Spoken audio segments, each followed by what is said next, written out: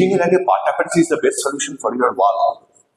যদি আপনাদের বাজেট থাকে, কি হয়, পাটা Paris mainly gives you a look of exact 90 degree in water level. সেটার ক্ষেত্রে একটা প্রবলেমও হয়, সেটা হয় কোথাও কোথাও দেওয়ালে যত দামি আপনার ফ্ল্যাট হোক না কেন, গ্যাপ এইটুকু থাকলে কোথাও কোথাও এতখানি থাকে, আর সেটার মেকআপ করার জন্য কোনো রাস্তা থাকে না। নিচে যেই এসে যায় স্কার্টিং এর কাছাকাছি এলে পরে সেটা চোখে পড়ে। দুটি কাজ করা যায়, একটা হচ্ছে যেখানে এই দেওয়ালে যেমন আমরা একটা স্যাম্পল করেছিলাম যে আমরা এটাকে এনে নিচে ঢাল করে মিলিয়ে দিয়েছি স্কার্টিং এর সঙ্গে, কিন্তু এখানটা প্রবলেম হচ্ছে আলো যখন পড়বে সন্ধ্যেবেলা তখন কিন্তু এই ঢালটা কিছুটা হলেও চোখে পড়বে, আর which is not expected। তার বদলে দ্য বেস্ট সলিউশন ইজ, দেখুন এই দেওয়ালে আমরা করেছি এখানে একখানা 12 mm ক্যানেলিং তৈরি করা। উই হ্যাভ মেড ক্যানেলিং হিয়ার, যেটা দুম করে সাইকোলজি যেটাকে মনে হচ্ছে ওয়াটার ক্যানেলিং।